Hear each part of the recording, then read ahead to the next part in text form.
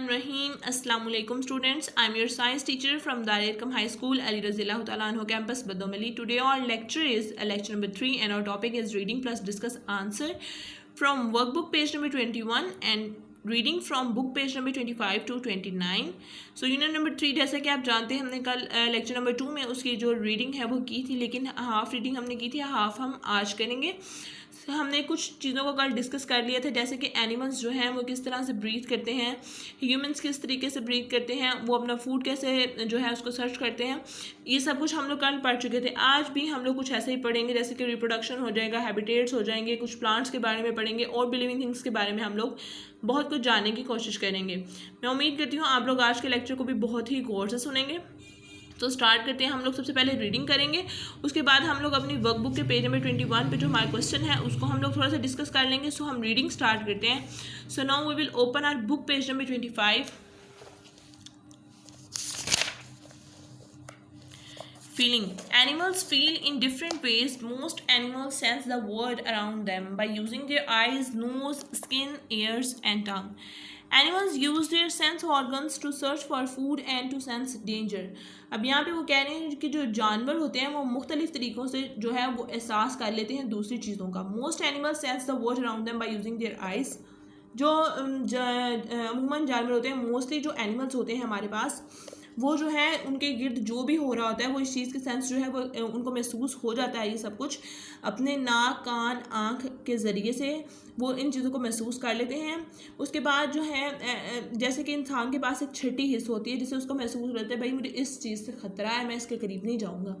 ये चीज़ जैसे कि हम लाइक आप एक एग्जांपल ले लेंगे, जैसे हम चाय के गरम गरम कप को अगर हम हाथ लगाने लगते हैं तो जैसे हमारे ब्रेन से फ़ौरन से मैसेज आता है कि डोंट टच इट, आप इसको टच ना करें क्योंकि ये गर्म है, उससे हमें तकलीफ़ होगी. कुछ ऐसे ही हमारे दिमाग में छठी हिस्सा में बता देती है कि हमें इस इंसान से खतरा है या हम इसके करीब ना जाएं.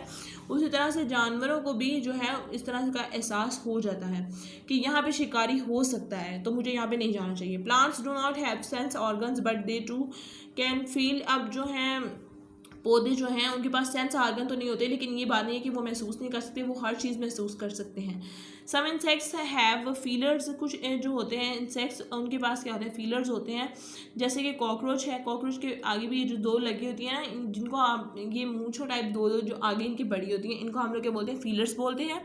The leaves of mimosa plants close when touched. Mimosa एक प्लांट का नाम है जिसको हम टच करते हैं तो उसके पत्ते जो हैं वो बंद हो जाते हैं. Breathing. Humans and other animals have a nose, they breathe in air. अब ह्यूमन्स इंसान और बहुत से ऐसे जानवर हैं जो कि अपने नाक के ज़रिए से सांस लेते हैं, हवा को अंदर लेके जाते हैं. जैसे यहाँ पे देखें बने हुए हैं, एलिफेंट जो है वो भी अपने नोज़ के ज़रिए से ले लेता है. ह्यूमन्स है, एलिगेटर्स है, डॉग है, ये सब कुछ क्या करते हैं अपने नोज़ के ज़रिए से एयर को इनहेल कर सकते हैं. फिशेस जो है, fish breathes through gills. Fish जो है वो ब्रीथ करती है अपने गिल्स के थ्रू. Plants breathe to. जो पौधे हैं वो भी सांस लेते हैं, लेकिन वो सांस किस तरह से लेते हैं, they take in air through very tiny holes in their leaves called stomata.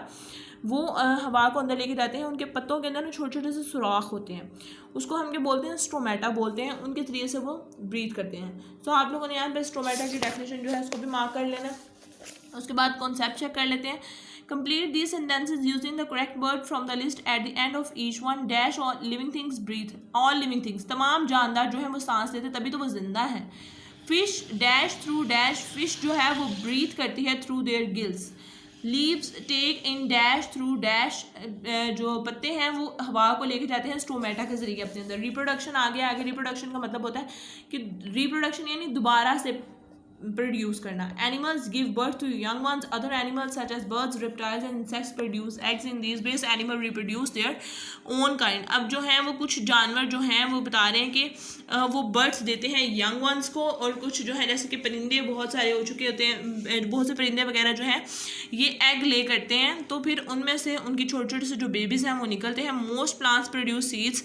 अब पौधों के बारे में हम पढ़ लेते हैं कि प्लांट्स में रिप्रोडक्शन कैसे होती है. जो मोस्ट प्लांट्स प्रोड्यूस सीड्स. जो पौधे होते हैं वो मोस्टली सीड्स को प्रोड्यूस करते हैं. उन सीड्स को जब हम दोबारा से उगाते हैं, new plants grow from seeds. जो नए पौधे हैं वो भी बीज के जरिए से ही उगते हैं. Some plants can produce baby plants, अब वो कह रहे हैं कि कुछ जो पौधे होते हैं ना वो क्या प्रोड्यूस करते हैं, बेबी प्लांट्स प्रोड्यूस करते हैं, यानी छोटे छोटे से पौधों को फ्रॉम द स्टेम्स और लीव्स, उनकी जड़ों के ज़रिए से या फिर उन पत्तों के ज़रिए से। In this way adult plants produce young plants, this is called the reproduction. इस तरह से वो क्या कह रहे हैं कि जो अडल्ट प्लांट्स होते हैं वो प्रोड्यूस करते हैं छोटे छोटे पौधों को, जिसको हम क्या बोलते हैं, रिप्रोडक्शन। हैबिटेट्स आगे आगे, the place where an animal और plant lives is called its habitat, जहाँ पे जो है जानवर और पौधे रहते हैं उस जगह को हम क्या कहते हैं, हैबिटेट कहते हैं।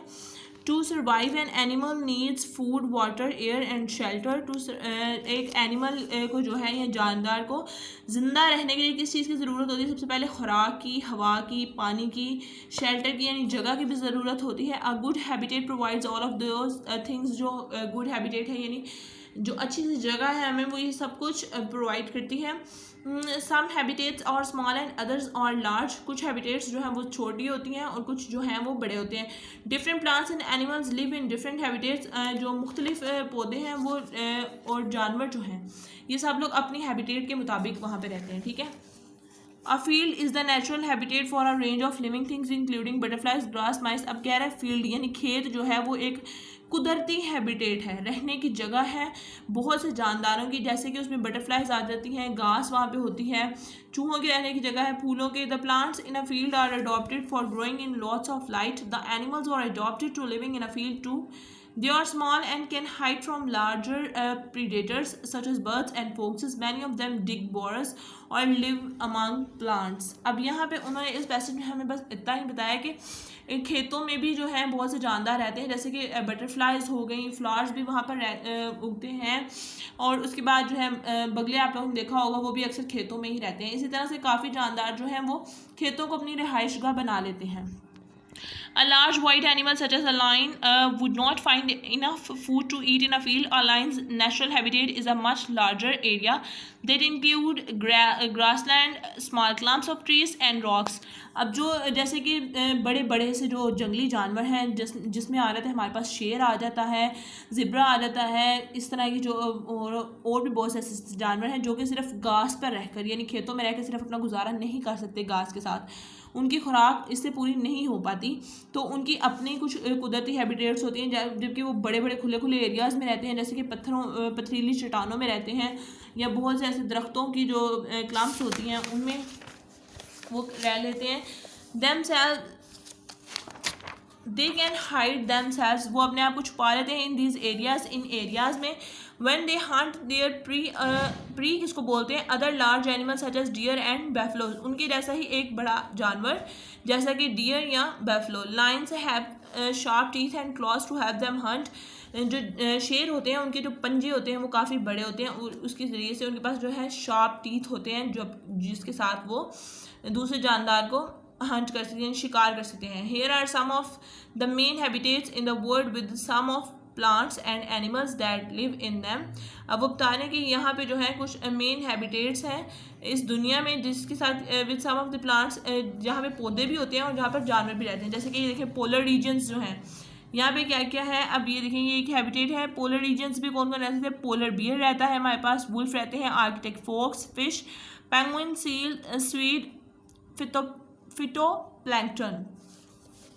डेजर्ट में हमारे पास क्या रहता है, shrub, antelope, bustard, snake, cactus, fox, lizard, camel. Sea में हमारे पास क्या क्या रहते थे, coral reef, sea grass, crab, fish, lobster, turtle, dolphin, whale, mangrove. उसके बाद फॉरेस्ट है, जंगलात में क्या क्या आ जाता है, tall trees such as pines and firs, broad leaf trees such as oaks and elms, monkey, jaguar, parrot, frog, tiger, elephant, bear, gorilla, ये सब कुछ क्या है जंगल में पाए जाते हैं। Living things are adapted to the habitats in which they live. Living things जो है जो जानदार हैं वो जिस जगह में रहते हैं उसकी खसूसियात अपने अंदर डाल लेते हैं। Adoption is the word we use to describe how plants and animals have developed special parts that help them to fit into the environment। Adoption अब उस चीज़ को कहते हैं जो कि जानदारों को मदद करती है या कि वो जिस जगह पर रह रहे हैं वो बेहद खूबसूरत है या उनको उस माहौल के मुताबिक वो डालने में बहुत मदद करते हैं। Discuss answers have, how have the following animals adopted, when do they live. अब वो कह रहे हैं कि किस तरह से मुख्तलिफ जो जानदार हैं वो अडॉप्ट कर लेते हैं। Where do they live, talk about the parts of their body which they help them to survive in their habitats. जैसे कि देखिए अब ये यहाँ पे कैमल बना हुआ है, तो कैमल जो है वो डेजर्ट्स पे ही रहता है क्योंकि उसको रेत पर चलना, वो रेत पर ही चलता है। अब जो फिश है वो पानी में ही रह सकती है, पानी से बाहर हम उसको निकालेंगे तो वो वहाँ पे नहीं रहेगी। अब जैसे ये पोलर बियर्स हैं तो ये बर्फानी रीछ है, तो ये सिर्फ बर्फ़ वाले इलाकों में रह सकता है। इसको हम अगर यहाँ पे डेजर्ट वाली प्लेस पे लाके पिलें वो बिल्कुल ज़िंदा नहीं रह सकता। अब जो शेर है वो जंगल में ही रखेंगे, हम उसको अपने घरों में नहीं ला सकते। सो स्टूडेंट्स ये थी आज की आपकी रीडिंग। उम्मीद करती हूँ कि आपको समझ आई होगी। जज़ाकल्लाह, थैंक यू।